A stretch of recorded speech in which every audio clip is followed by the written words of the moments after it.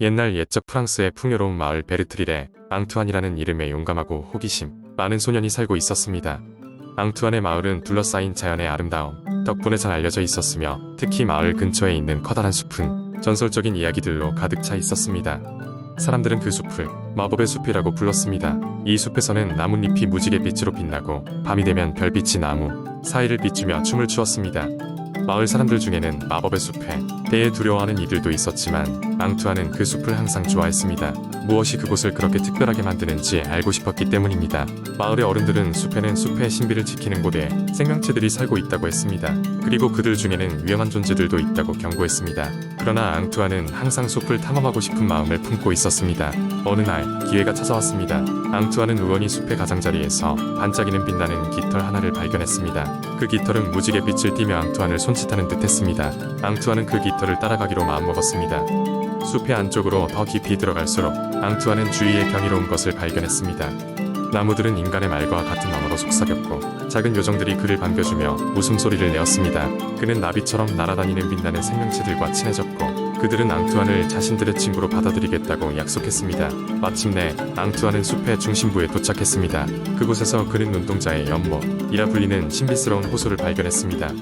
이 호수는 사람들의 마음속 깊은 소망을 비추어주는 힘이 있다고 전해 내려오던 장소였습니다. 앙투안은 연못을 바라보며 자신의 가장 큰 소망을 떠올렸습니다. 마을과 숲에 조화로운 삶을 꿈꾸는 것이었습니다. 바로 그때 연못 속에서 한 마법사가 나타났습니다. 그녀의 이름은 에토일이었고 숲의 수호자 중 한 명이었습니다. 그녀는 앙투안이 순수한 마음을 지녔고 숲과 인간 세계의 조화를 이루기 위한 특별한 역할을 맡을 수 있는 소년임을 알아차렸습니다. 에토일은 앙투안에게 숲의 힘을 잠시 빌려줄 것을 제안했습니다. 앙투안은 마법사의 제안을 받아들이고 숲의 힘을 얻어 마을로 돌아왔습니다. 그는 마을 사람들에게 숲의 아름다움과 신비로움을 알리며 두려움을 없애기 위해 노력했습니다. 마을과 숲이 함께 조화를 이루는 세상을 만들기 위해 앙투안은 열심히 일했습니다. 시간이 지나면서 마법의 숲과 베르트릴 마을 사이에 강력한 유대감이 형성되었습니다.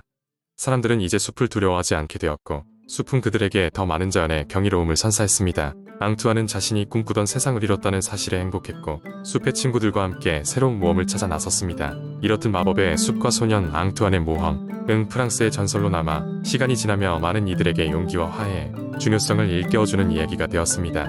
두 번째 이야기, 옛날 옛적 프랑스의 작은 마을에 릴루라는 소녀가 살고 있었습니다. 마을은 넓게 펼쳐진 밀밭과 숲으로 둘러싸여 있었으며 그곳엔 매일 마법 같은 일들이 벌어지곤 했습니다. 릴루는 부모님을 일찍 여의고 할머니와 함께 살고 있었는데 할머니는 그 마을에서 유명한 마법사였습니다. 릴루는 항상 할머니의 마법 이야기를 들으며 자랐지만 그런 이야기들이 아이들 사이에서는 그저 재미있는 동화에 불과했습니다. 하지만 릴루는 마법이 실제로 존재한다고 굳게 믿고 싶어 했습니다. 할머니는 그런 릴루에게 언제나 이렇게 말하곤 했습니다. 진정한 마법은 따뜻한 마음속에 숨겨져 있단다. 어느 날 릴루는 숲을 헤매다 한 마리의 고양이를 발견했습니다. 고양이는 푸른색 눈동자와 부드러운 하얀 털을 가지고 있었으며 마치 릴루에게 말을 걸듯이 가까이 다가왔습니다. 외로웠던 릴루는 그날부터 그 고양이와 친구가 되어 고양이에게 루미라는 이름을 붙였습니다. 시간이 지나면서 릴루는 루미가 그냥 평범한 고양이가 아니라는 것을 깨달았습니다. 루미는 놀랍게도 사람의 말을 알아들을 뿐만 아니라 가끔 보이지 않는 곳에서 물건을 가져오거나 릴루가 잃어버린 물건을 찾아주었습니다. 릴루는 할머니에게 이 사실을 이야기했고 할머니는 웃으며 고개를 끄덕였습니다. 그래, 루미는 너의 마음속에 사는 마법이야. 너와 함께 있는 동안 진정한 마법에 힘을 사용할 수 있도록 도와줄 거야. 할머니는 릴루에게 말했습니다. 릴루는 이후로 루미와 함께 마을 곳곳을 돌아다니며 사람들에게 작은 행복을 전했습니다. 어떤 날에는 농부들의 가축이 잃어버린 것을 찾아주기도 하고 또 어떤 날에는 아픈 아이의 곁을 지키며 따뜻한 기운을 전해주기도 했습니다. 릴루와 루미의 모험은 그렇게 계속되었고 마을 사람들은 점점 릴루와 루미의 힘을 믿게 되었습니다. 릴루의 할머니가 세상을 떠난 날 릴루는 슬픔에 잠겨 있었습니다. 그러나 루미는 릴루의 곁을 지키며 그녀에게 힘을 불어넣었습니다. 릴루는 할머니가 남긴 마지막 말을 떠올렸습니다. 릴루야, 너의 따뜻한 마음이 바로 세상을 밝히는 진정한 마법이란다. 릴루는 그 말을 가슴 깊이 새기며 숲속 친구들과의 새로운 모험을 준비했습니다. 그리고 언젠가는 자신처럼 슬프고 외로운 이들에게도 루미와 같은 친구가 나타나길 소망했습니다. 그리하여 릴루는 마법과 사랑을 믿고 살아가며 프랑스의 작은 마을에는 수많은 아름다운 이야기들이 피어나기 시작했습니다. 릴루와 그녀의 마법의 고양이 루미에 관한 이야기는 오래도록 사람들의 마음속에 남아 있었습니다. 세 번째 이야기, 옛날 옛적 프랑스 깊은 숲속에 작은 마을이 있었습니다. 이 마을에는 페르마르라는 용감한 소년이 살고 있었습니다. 페르마르는 항상 모험을 꿈꾸었고 그의 부모님 또한 그의 용맹을 자랑스럽게 여겼습니다. 그런데 이 마을에는 이따금씩 나타나 아이들을 놀라게 하는 신비로운 바람이 있었습니다. 사람들은 그 바람이 마법의 숲으로부터 불어온다고 말하곤 했습니다. 어느 날 페르마르는 그 바람의 정체를 밝히고 싶어졌습니다. 그는 부모님께 말하고 친구들에게 여러가지 이야기를 들려준 후 그 바람을 찾으러 가기로 결심했습니다. 준비를 마친 페르마르는 새벽녘에 일어나 마법 숲속으로 모험을 떠났습니다. 숲은 마치 살아있는 것처럼 페르마르를 반겼고 작은 동물들이 그 주위를 천천히 둘러싸기 시작했습니다. 숲속을 걷고 있을 때 페르마르는 곰팡이로 꾸민 집 한 채를 발견했습니다. 그 집은 마법사 레미가 거주하는 곳이었습니다. 레미는 미소를 지으며 페르마르를 맞이했습니다. 레미는 오래전부터 이 마을을 지키던 마법사로 그 바람이 단지 재미있는 장난일 뿐임을 설명했습니다. 그는 바람을 자유롭게 날려보내 사람들이 더 멀리 다니고 서로 이야기하게 만드는 것이 그의 역할이라고 했습니다.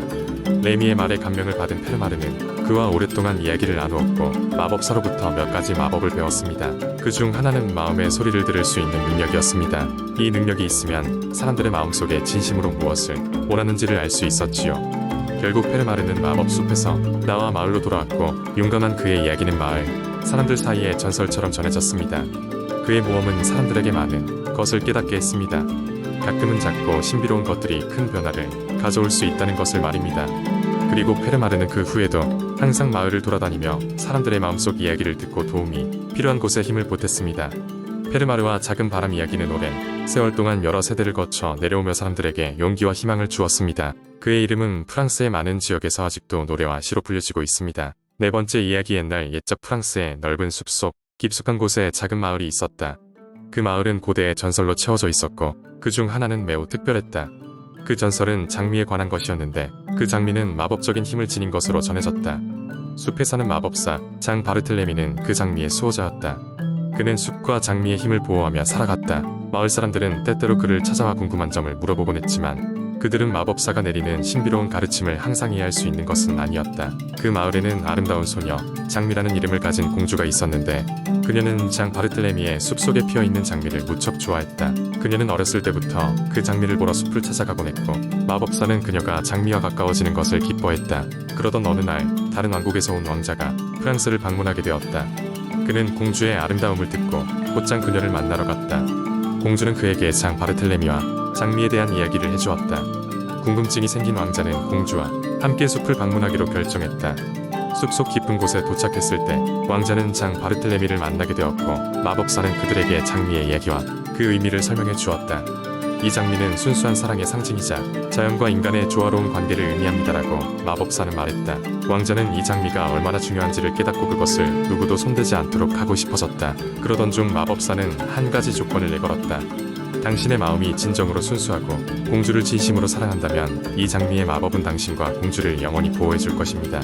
왕자는 자신이 공주를 진심으로 사랑한다고 확신했다. 그래서 마법사는 왕자와 공주가 마음을 다해 장미를 바라보도록 했다. 그러자 장미의 꽃잎에서 빛이 나며 두 사람을 감싸 안았다.